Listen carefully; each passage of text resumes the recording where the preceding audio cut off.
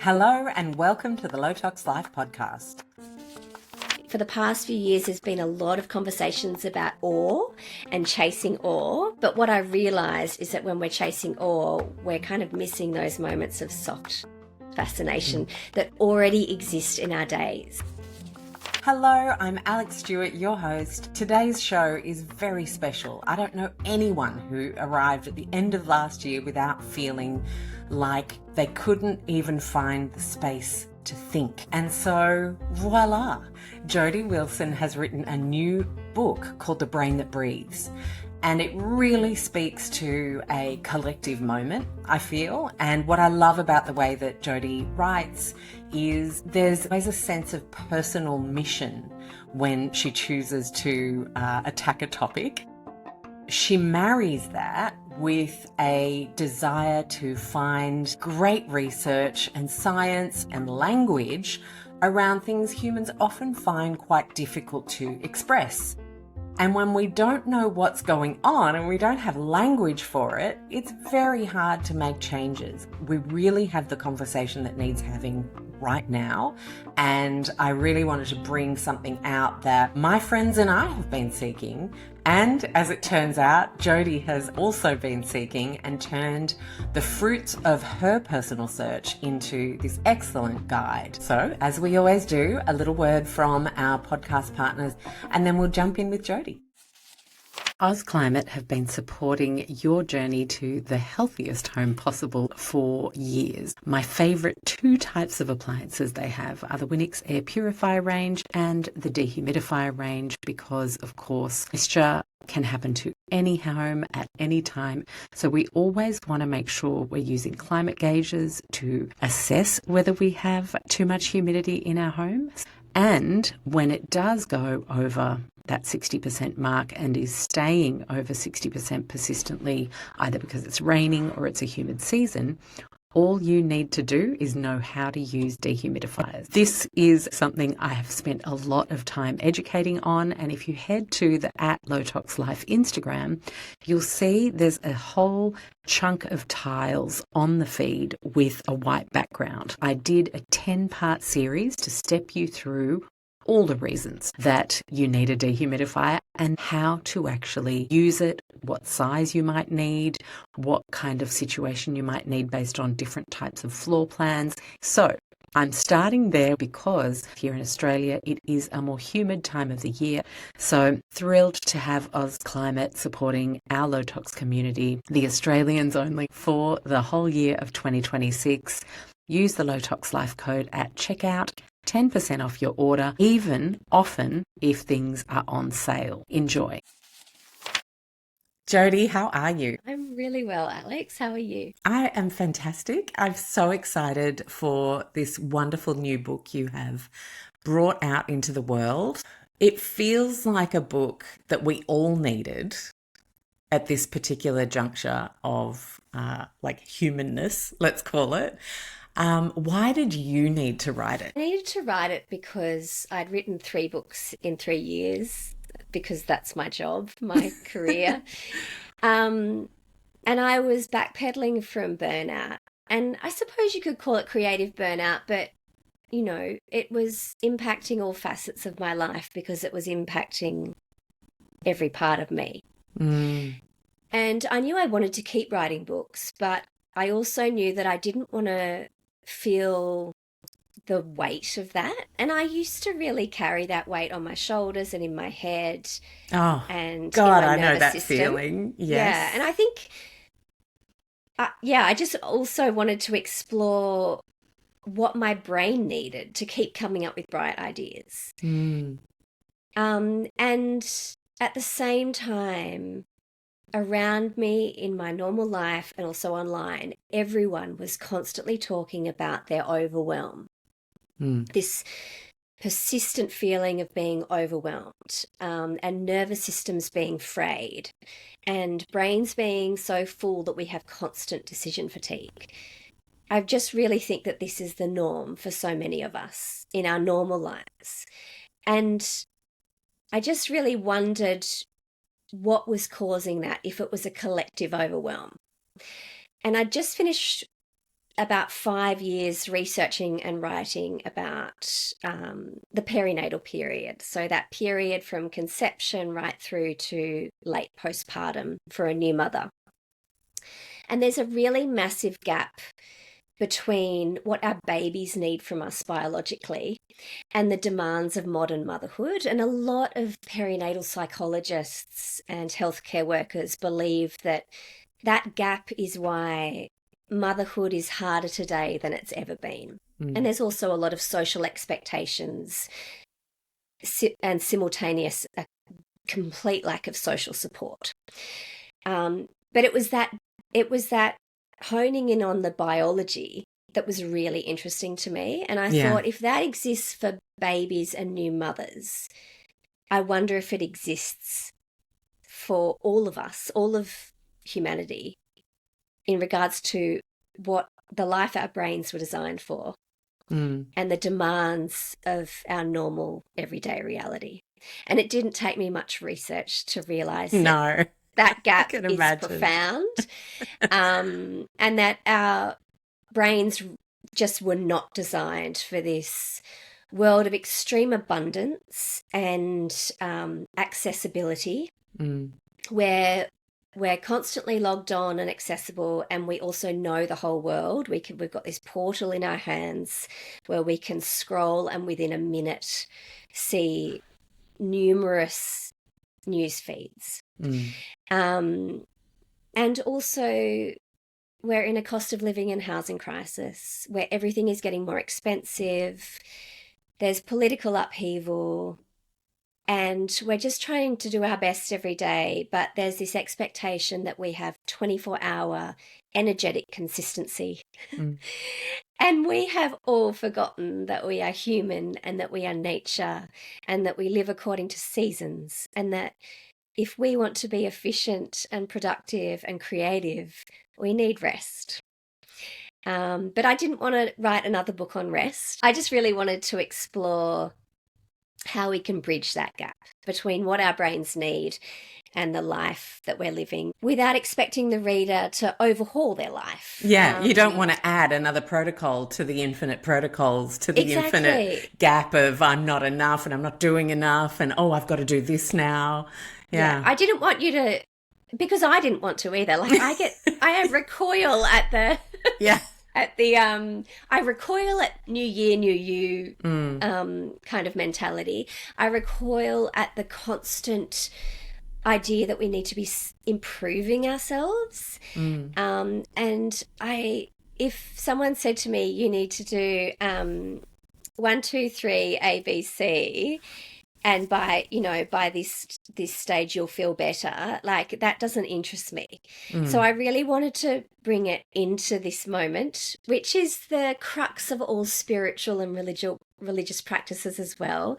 Come into this moment. All we know is now, all we know is today. And I really wanted to just focus on today. And what can you do right now to clear your brain a bit or to settle your nervous system a bit? And I really wanted to look at what was practical and actionable and accessible to all of us, regardless of how we live. And what I realized is that if we want mental clarity and to feel settled as humans, what we need to do is so simple, but no one is making any money when we choose to do less. You can't productize the things that actually are the most foundational and have the most impact. And I think we often miss that. And I feel like we're all really looking for a quick fix because we feel so overwhelmed. We've got so much decision fatigue. But we've also been conditioned to think, well, it must be helping if it looks like I'm doing something. Yeah. That whole idea of productivity. Yeah. And, years ago, it was 10 years ago, actually, 8 parcels arrived on my doorstep. I actually feel like I might have even talked about this in my first interview with you years ago. Keep talking. But I was like, I've been writing online since 2007. I was in that original cohort of mummy bloggers, and I'm also a photographer. And so, it would have been 2015, 2016.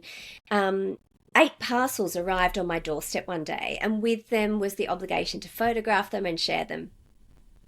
And it just felt so awful to have this, like, all this stuff just felt so heavy and so burdensome. And I really have, over the past 5 years, just opted not to collaborate with any brands. I don't want people coming to my work and thinking that they need to buy stuff that they don't need. And that really fits with that concept of enoughness. Like, the whole world is telling us, to be better and do better. But there's that beautiful Indigenous economic concept of enoughness, which is really asking, what's enough for me right now? And using that as a lens for your decision making. And I think it can be really helpful when the whole world is expecting us to be productive and keep on the treadmill, just to step to the side and go, what's enough for me right now? And that is just a really potent, simple form of care. For me, it's often just a cup of tea. Yeah, look, I really want to bring back sipping a cup of tea slowly and having a good stare out the window. I love doing that. I really love where this has started, Jodi. It's a series of choices, isn't it? And, I've been writing about and exploring the concept of simplicity for over a decade now because I'm genuinely interested in it. Yeah. And it's not neat. It's not a neat pathway. God, no. It's quite messy. And it's so easy to get entrapped again. It is. And then you get entrapped in that whole idea of, like, what simplicity looks like.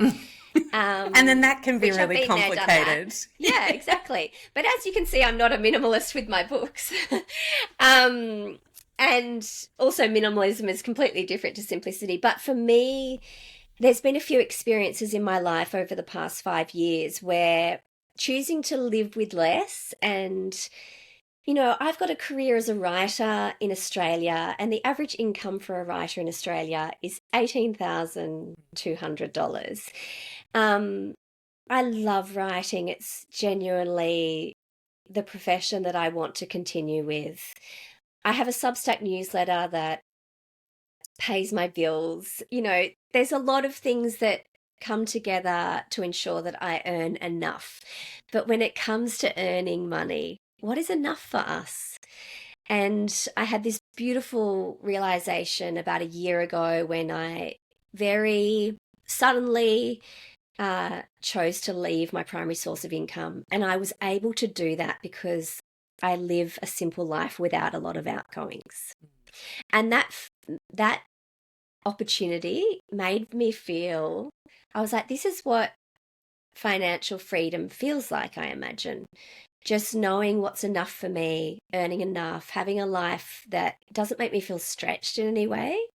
And I feel like it's always evolving and ongoing. And, I live in a small town in rural Tasmania, which is a choice that we've made so we can have a small mortgage. But I know that it's significantly more nuanced for people that are living in cities where the cost of living is just getting more and more difficult to sustain. Yeah, which is why I really love your book, Jodi, because it's absent of prescription. It's absent of add this and this. It's much more of a kind of an elimination process, a self-discovery of what you can peel back and discard. And that's so magical right now.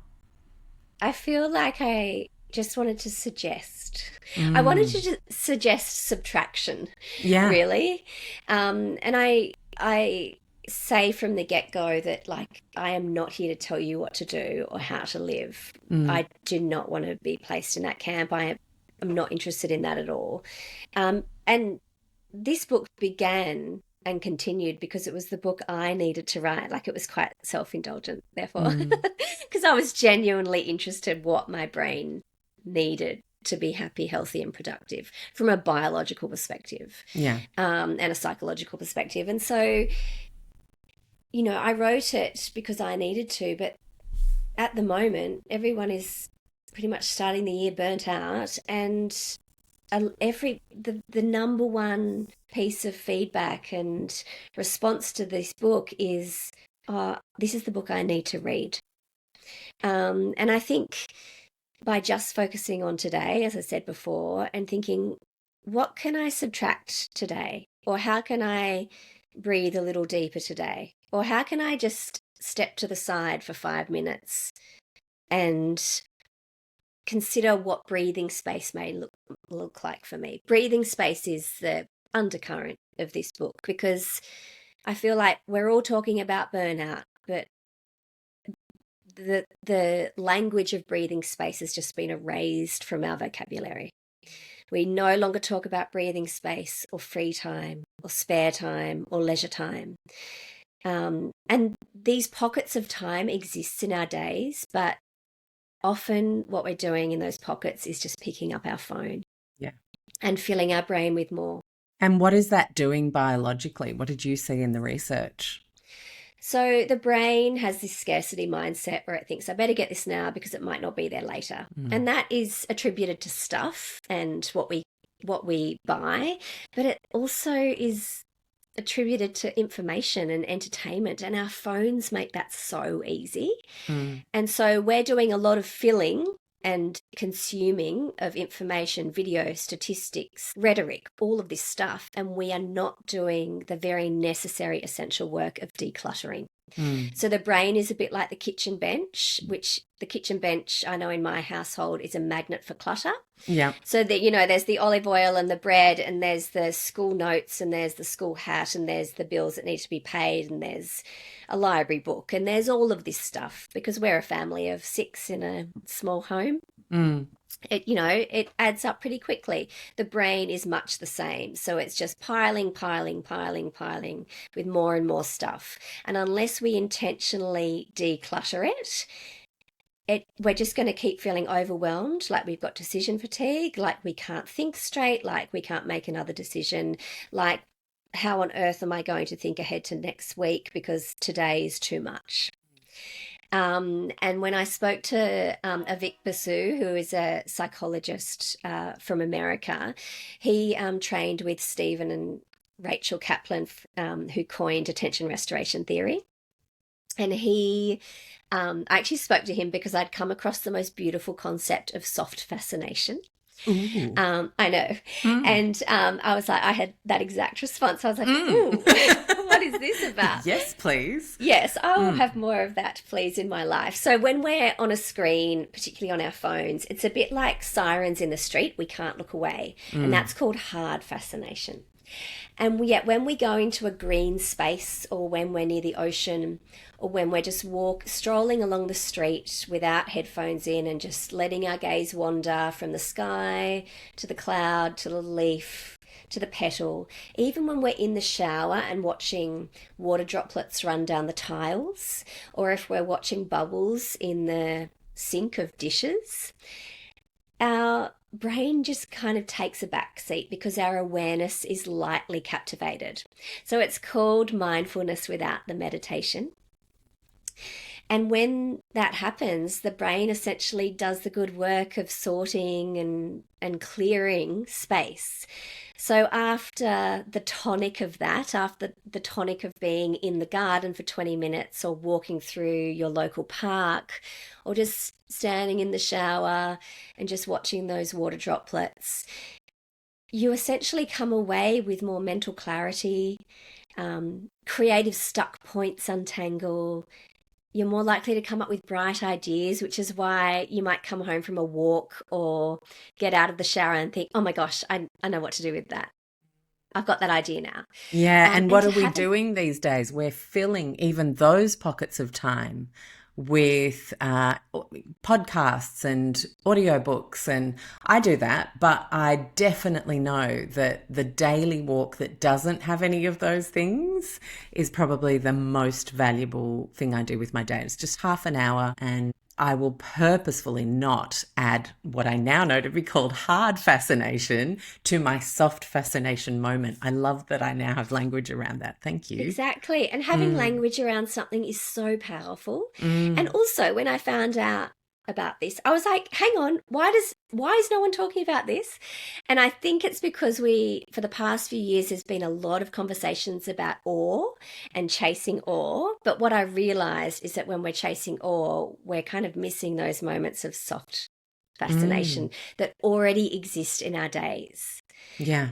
But being aware of it is so powerful. And the studies have proven that if 20 minutes 3 times a week of soft fascination is incredibly beneficial for your brain, the caveat is that you can't have your phone with you. But So the true. walking without headphones has been massive for me, because I was someone that always thought, I'll go for a walk. It's a really great opportunity to listen to a podcast and to learn more. And I started walking without headphones, and the noise in my brain turned right down.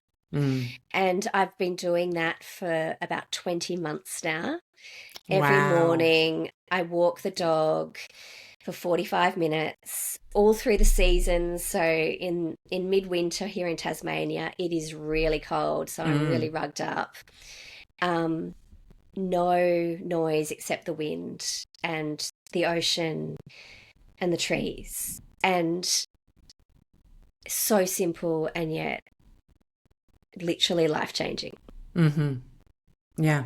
And so for someone who's up against it and the only time they might have for soft fascination is the walk to the bus stop, or the walk home after you've dropped your kid off to the public school, or I think that's a beautiful challenge we can issue without creating more in your day to do.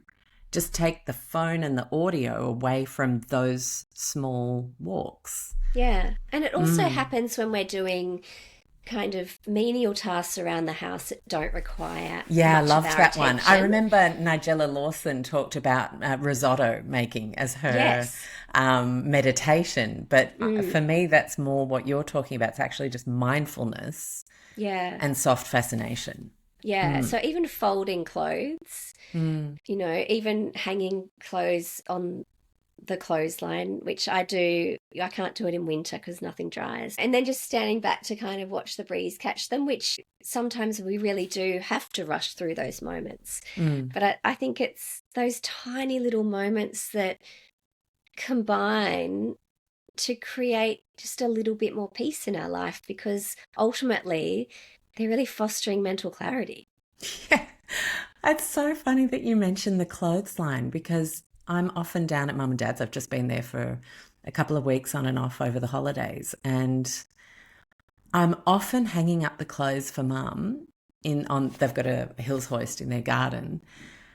And I often have these little fleeting moments where I'm like, why do I feel so good right now? Like just in this moment, I feel so peaceful. Now I know. Now you know. Coming back to that sitting and staring out the window, I do a lot of that as a writer, where I'll sit at my desk and just have staring out the window. And knowing now that it's not procrastination, but it's really good brain decluttering. Yeah, you're sorting and filing and removing and creating space. Yeah. And the brain does sort all of our memories into chapters in fascinating new research, which I just love. And I think, is there a chapter in my brain called scrolling? I'm pretty sure the brain did not design for scrolling. I know. Yeah. I'm like, that makes me feel slightly uncomfortable. But I just feel, again, that it's quite charming that we've got this catalogue of chapters in our brain. And again, soft fascination, completely charming. But in an increasingly engineered online world, the charming is never going to win out. We have to be so intentional with understanding it and prioritizing it, because there's always going to be something to steal our attention and focus, and there's always going to be something else to do. So powerful. And the beautiful thing about taking this time, I think, is also in a world where our computers and our phones are always listening. Even if you've disabled everything, it seems like even if you just casually mention something, it's then following you around on the internet. You are feeding the beast less as well, that traps you. So it's almost like this like peeling back of an onion. We're all trapped inside that with no way to get out, seemingly, but actually the easiest way out is what we're talking about right now. Yeah, just turning down the outside volume and getting back to basic human care. Mm. So we're living in a world where self-care has been completely commercialized. And if we're feeling tired, we're told to prioritize self-care. But then we're like, oh, well, I've got to make a decision on what my self-care of choice will be. And I've got to like book it in and I've got to Book work it to in. pay for it. Yeah, pay for And it. it's like, actually, you could probably just be using that 10 minutes of time just to lie on your back and deep breathe, or just to go for a stroll down your street, or sip your cup of tea and have a good stare and a bit of a think.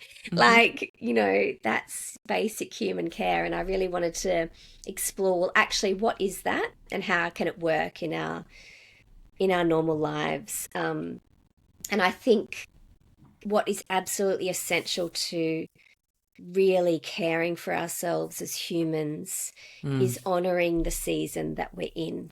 Yeah. And I don't think we do that often enough. And when I talk about that to people, they're like, well, what do you mean by that? And I say, well, a new mother that is fresh in postpartum is going to have very strong boundaries about what she can and can't do in that season. And she can fight all she likes to get up and go for that, 6 a.m. walk that she was used to in pregnancy or before she had kids. But if she's honouring the season that she's in, she's going to actually be sleeping in that time, and know that her season for walking at 6 a.m. will come again soon in the future. And if you're in the sandwich generation where you're caring for your parents and your children, your ability to do things will be very limited because you're sacrificing a lot and you're accommodating a lot of people. And so caring for yourself is going to look very different to how it did when you just had school-age children. Yeah. And I think we can spend so much time willing and wishing for it to be different, but there is so much energy involved in that. And there is so much care in surrendering and reminding ourselves every day, this is the season I'm in. And then if we listen to the internet, we also add the layer of personal failure, like a constant sense of personal failure for not being able to do all the things we're seeing in our hyper-externalized world telling us what the perfect thing to do is, because we're not aligned with our seasons. And so then you're just stuck going, oh, it's never enough. I'm always failing at this. Yeah. How awful. How awful. And for those in the sandwich generation, a lot of those women are also perimenopausal. So fun. And so fun. And so we're living in this age where there is so much more awareness and science about perimenopause, but there's also really long lists of things we should be doing. Like no one needs another list. And of course, a whole swath of more conflicting advice. Exactly, that you have to sift through, and you have to have the mental capacity to really sift through and make decisions for yourself. And I think we can often just, again, step to the side and go, this is what I'm capable of right now, and this is what I'm going to prioritize, and really coming back to those very, very simple things. Beautiful. And what would you say, Jodi, to someone who is feeling like they're trapped in the I never seem to be able to do enough? So what does the alignment journey with, like, the reality of where you actually are seasonally in your life, and feeling a sense of agency around what is possible during that season? Like, how does one start to feel more like, well, this is the season I'm in, and feel really more at peace with that? Edible Beauty is starting us on a very good footing with 30% off site-wide, and this is for Australia, UK and New Zealand listeners. 3 products from their range. I will never be out of stock of these in my home, and that is the Exotic Goddess Serum, which is a beautiful serum under your day moisturizer for hydration boost and antioxidants to get you protected for the day from whatever it is you might encounter. It's that beautiful added hydration and protection. And then the Super Stem Cell Concentrate. The data that they got from users in the trial group was astounding when it comes to firmness, a general sense of brightness, and green chemistry has come a long way. I would treat that as before your night cream because It works on elasticity, firmness. So we want that being worked on while we're asleep and regenerating. I would absolutely give it a go because it's $100. So 30% off gives you a very tidy price. Of course, they've got a fantastic award-winning sunscreen and a radiant enzyme peel. I could go on. 30% off, code Low Tox Life. Thank you, Edible Beauty. I hope you enjoy. One of my favorite things about the early years of starting Low Tox Life was the people I met at the blogging conferences that used to happen. Jules Clancy was one of those people. She had an amazing career story from the ultra-processed food industry. She was asked to shave a couple of percent off one of Australia's most famous biscuits to make more money on it, i.e. to replace some of the real chocolate with caramel colouring, increase artificial flavour. And she was like, I'm not doing this anymore. And Stone Soup was born. She has been running cooking classes where health meets ease for over 15 years and an audience who adore her from all around the world. Her next program is Become a Healthy, Joyful Cook. You can look in your fridge and you can make stuff up and it can be healthy and it doesn't need to cost a bomb. Her 6-month program, very doable, it's 20 minutes a week Zoom call and the replays are always available, is not the $294 that everyone else is going to be paying in 6-month installments of $49 a month, but you will have an additional 20% off that $294 with the code Low Tox Life. After you check out, you will then also receive an invitation for 2 friends to do it for free. What a beautiful, generous way you can start your year, thinking about a couple of friends, and you can give that gift to them or be super savvy and organize it between the 3 of yourselves to pay thirds and split that between 3. You end up with $13 a month. Just in case you're worried about what type of diet and food mix you eat, Jules actually has everybody covered, all types of beliefs, preferences, needs, allergies. She loves all types of eaters. Check out the show notes, link in bio if that's easier for you to grab the link, or head to bit.ly/joyfulcook20 and you'll find all the information there. I think it's about trusting yourself and also deciding whether your expectations are informed by late stage capitalism and an essentially patriarchal world, or by what you know about yourself. And I think this is like a much deeper issue of like, do I actually know who I am and what I need and what is enough for me? Yeah. And these aren't questions to be answered today. You know, this is just more of a slow noticing and an understanding. And I think as our hormones change, as we kind of, you know, do enter perimenopause, like there's a massive drop in estrogen, which is the hormone of sacrifice and accommodation. And so there is less capacity and less interest in accommodating all of those people around us. Yeah, I often say I don't got enough estrogen for that anymore. Exactly. And so it's freeing. actually a really great opportunity biologically to actually turn the awareness back to ourselves. And to go, well, this is actually what I need right now. But what all of our brains need, regardless of what season we're in, is really conscious decluttering. And that understanding that firstly, our brains are full because we're living in a world that makes information and entertainment so accessible. It's so easy. So actively separating yourself from your phone a few times a day is so beneficial for your brain. Walking without headphones, really protecting that time when you wake up in the morning, because you're in such a dopamine sensitive state. And if you can push out the scrolling on your phone for as long as possible, your brain is going to benefit for the rest of the day. That's a great one. Yeah.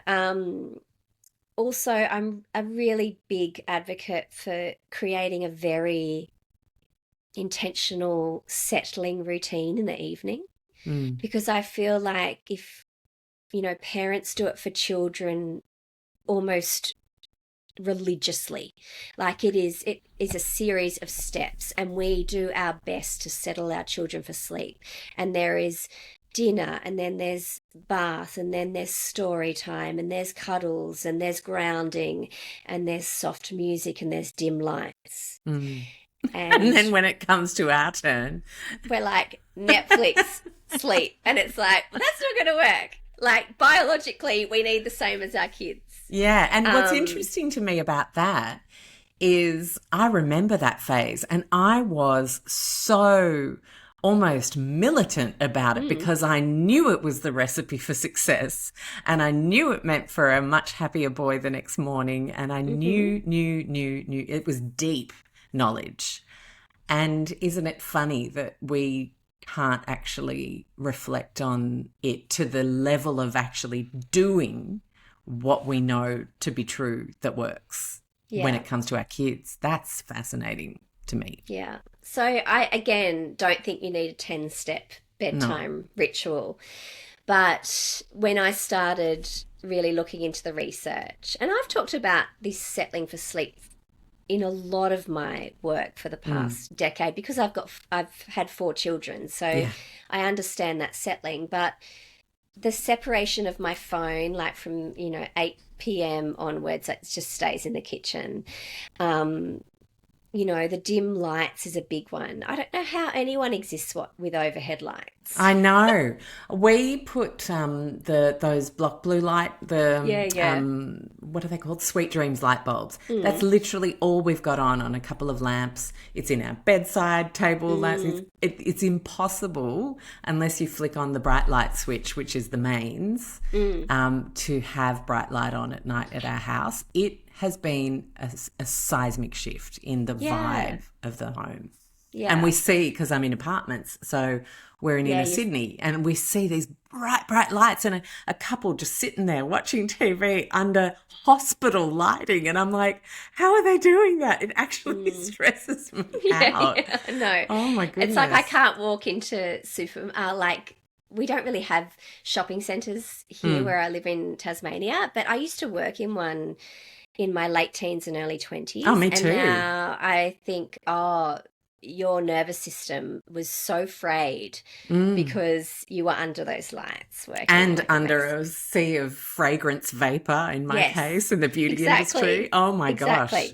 Yeah. How we change. But yeah, also reading a book. So we know that 6 minutes of reading lowers the heart rate. It slows the breathing rate. It's the perfect relaxation. And people often say to me, I can never finish a book because I always fall asleep after a few pages. And I'm like, well, there you go. Yeah. Like, it's working. Yeah. But yeah, just being aware of winding down before sleep is a beautiful first step. And like, just before you go to sleep, or you try and, close your eyes, is a really great way to start conscious, deep breathing and let out a few sighs, which is beautiful, accessible breath work for anyone. I had a wonderful doctor, a trauma-informed doctor, who was on the show last year, Amy Pagan, and she says, give yourself like a really tight hug, and within 30 seconds, you'll feel the sensation of a huge sigh and release. And I was like, that just seems so simple, but it actually works. It's incredible. I sometimes do it if I'm a bit frazzled on a end of day and you're lying in bed and you're like, oh, I'm still antsy. It was just such a big day. I do that and you just it takes you down a notch. And I think it's about finding what works for you, right? Some people are going to switch on a meditation app and think, oh my God, the sound of their voice is just so grating. Too much. So just find, sighing is the body's protective mechanism against stress. Yeah. And I spoke to Dr. Jack Feldman, who is a professor of neurobiology at the University of California. And all of his research has been on what actually happens in the brain when we take a deep breath. And he discovered the breathing pacemaker, which exists in the brain. So the brain is controlling when we do sigh. And we do it quite often throughout our day, like when we do experience periods of stress. And if you've ever watched a child after a bout of sobbing, they'll... Yeah. Do you know, my dog does it when we have all settled for the evening, like when we've done the dishes and cleaned up the kitchen, and then we're sitting down and it's quiet now, and he does this big Yeah. We're like, oh, all is good in Buddy's Yeah. world. It's like, So we tick. totally should be sighing more in our day. And when we do it intentionally, it's this immediate reset. It's like and it's grounding, like everything moves down. Mm-hmm. So Yeah, simple, so powerful. so simple. So let me ask you then, your kitchen bench, you mentioned that right at the start, and Mm, I kind of want to come back to that before we wrap because I think everyone's got one of those. They've got the mm. dumping ground in their house. And did you actually have any success sorting yours out in your efforts to declutter, or was your decluttering internal only in this journey? It was pretty internal, to be Mm. honest. I've accepted that in a small house with 6 people, there's always going to be, You're accepting your season. Yeah. yeah, there's always going to be the evidence and the proof of life. Mm. That's what it is. Yeah. And I gave up long ago creating a home that looked like a showroom Mm. because Oh that's not God, yes. sustainable. Mm. And I'm actually sitting in my office, which was finished last week. It used to be my laundry. Oh, cool. Congrats. Because I've written 4 books on a desk in the corner of my lounge room with noise cancelling headphones on. Yeah. And my partner and I were like, it's time. Mm. It's time. And so having this space, this dedicated writing space, feels like the most glorious gift. And it's been so good for my brain because now I can actively separate work and home life Mm. just by walking through a doorway, which is Yeah. quite powerful. Um, but yeah, I just really want to step back from that expectation that our homes need to, like, our homes are workhorses. They work Mm. really hard for us. And I use that analogy a lot in the book that our body is a home as well. Mm. And I don't like to think of it as a temple because it's too precious then. Like we're not, it just feels almost unattainable. Yeah, you Like can't our make house, noise in a temple. exactly, You can't have a little exactly. bout of anger about something that's gone wrong. It's Yeah, a sacred space. exactly. And yeah. And yes, we're beautiful, sacred creatures, but we've just got to get stuff done every day. Yeah. There's like all I the love normal that. responsibilities of life. Mm. And, coming back to all of that research I did on postpartum, when a baby is born, the mother is their lighthouse and it's their safe home, and babies settle and feel secure and are nourished when they're on us. Mm. And that whole idea of hugging yourself is really getting back to the most basic biology of warmth and heartbeat and breath, and us finding our very first calm there. Mm. That was all for all of us. That was where we first settled, Yeah. and on any parent and any caregiver. Mm. And yet we keep looking out. We just keep looking out into the world for quick fixes and to settle ourselves. And the key is to actually, we can learn to do that on our own. But it kind of requires us to turn down that outside volume and to know what's enough for us. And sometimes that requires us to step to the side, regardless of what season we're in, and just learn how we're responding right now to what's working and what's not, and to make decisions accordingly. And I don't think that is always easy, and it's not always simple, especially when everyone around us is chasing a life of more. And I really do think that's the norm.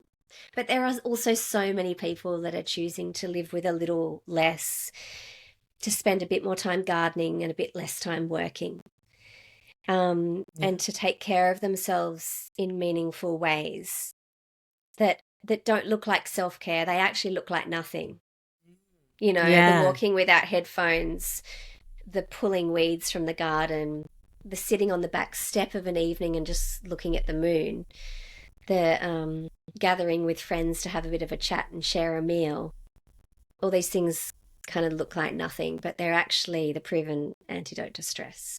And that is breathing space. It's in all of those mellow states of wandering, waiting, pottering, pondering, all those things that look like nothing. That's actually breathing space, which is what I define as small moments of downtime often. Mm. So achievable. You've talked about a few really amazing things that have landed for me because they've given me language for things that I was kind of pondering, like, why is that? And I think that's my favourite part about our chat and your book that I have started to make my way through. I wanted to know if there was something that just stopped you dead in your tracks when you were researching, anything that you thought, oh my gosh, is that why we're all so, like, there must, because you've obviously had so many interviews with different people to pull it all together. What was one that you just thought, oh, well, that makes sense now? I think it was the fact that modern life and the expectations of modern life have eradicated breathing space. Mm. And it's actually essential for us as humans, because you look out the window at nature and every tree and every animal has breathing space. Mm. And plants in your vegetable patch have breathing space as well. They have fallow periods. Mm. And modern life has eradicated that for us. And we need to be very conscious about reinstating it if we want to live well. Mm. Is that in your room? It's my dog. Oh, okay. She's a big stick. Hang on. Just wait.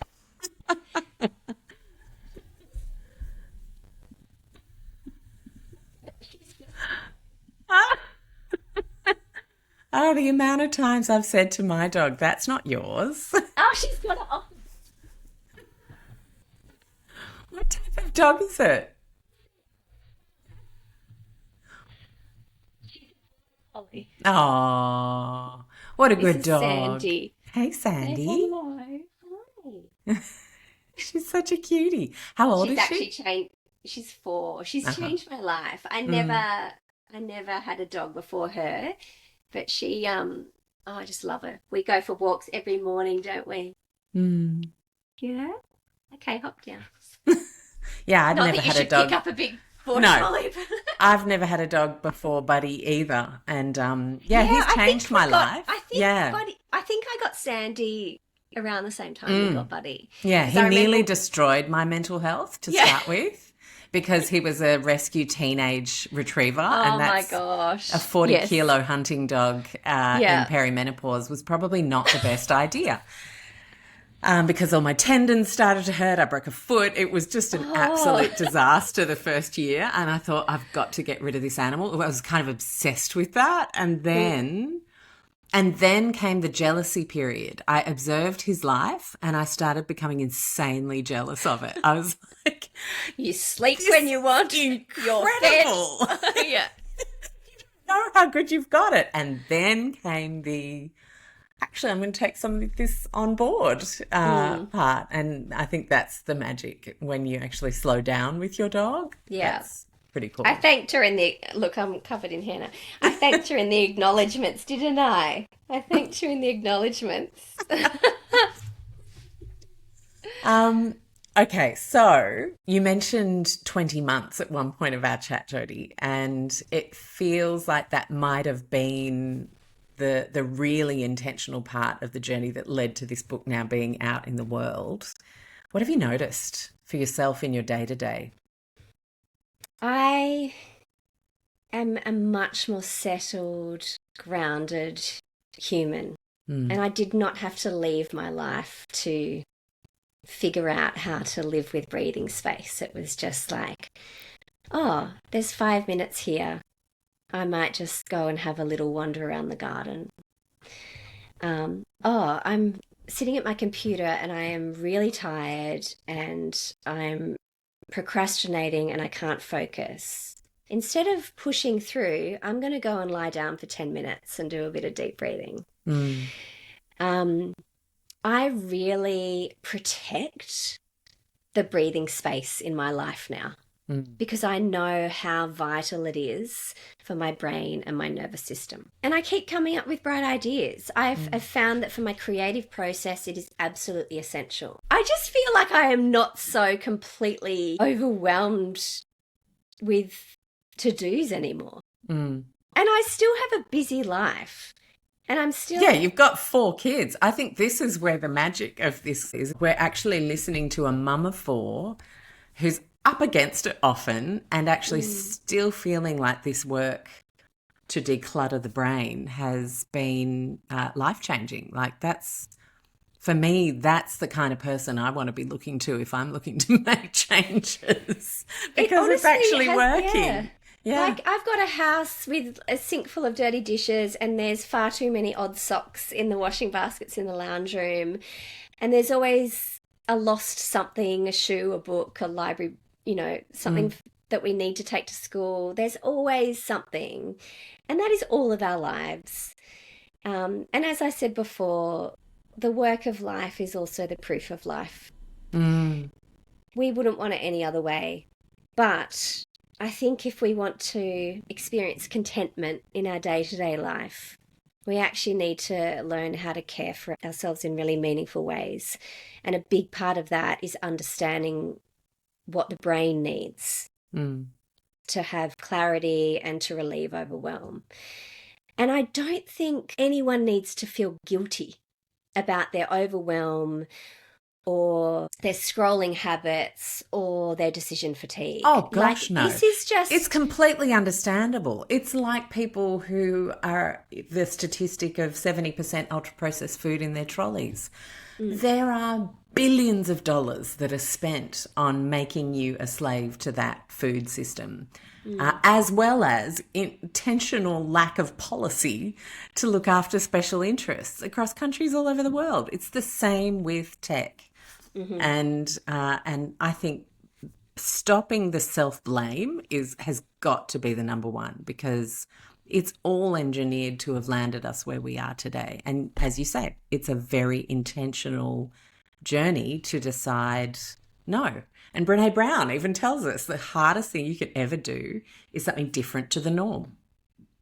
And that's what this is. But essentially, it's vital for our humanity. Yeah. And this is all about getting back to what we need biologically as humans. It's not woo-woo. It's just really basic science.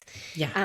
And it's encouraging to understand this about ourselves. It's like, oh, okay, I can implement this today, and I've really set the book out. So I encourage you just to make decisions for today and maybe as far as next week. Like, this isn't about 5-year plans. No, you're not overhauling your life here. No. And at the end of every chapter, I've given you 5 ways to come back to your breath, or 5 ways you can step to the side. And you can just choose one of those for today. And that's enough. That whole idea of what's enough, well, just one thing each day is enough. But as you begin to implement that one thing every day, which could be a 1-minute reset where you sigh 3 times at your desk, you'll begin to notice that slow accumulation of a little bit more clarity and a little less overwhelm. And it is a slow noticing. It's not a quick fix, but it is really meaningful for your short-term awareness, self-awareness, and your long-term sustainability as a human in this busy, crazy, very noisy world. Thank you so much for writing the book. I really think it's gorgeous. It's so beautifully laid out as well. I love all the nerdy sciencey bits in there too, because that gives us the real why. So it feels like it's really grounded in something for us to then start springboarding with a bit of curiosity into a few different things and see what works for us. Legend. I really hope it absolutely flies off the shelves and into people's laps for some stop, drop and read. Thanks so much, Alex. Thank you for joining us in listening to this week's show. If you're not already subscribed or following the show on whatever platform you listened, please do that now. It helps enormously in terms of getting this show out to more people. Another way you can connect and support the work we do so that we can support you in your low tox life is join us in the Low Tox Club. You'll get access to amazing member masterclasses where we invite some of our best show guests for a live Q&A with members. You also have great shopping discounts from low tox businesses and honestly, the nicest low tox community Facebook group that exists on the internet. I do hope you join us there. It costs just the price of a coffee a month on average. Head to lowtoxlife.com, hit the Explore tab, and Low Tox Club is the first option there. Thank you so much for listening, and we'll see you next week.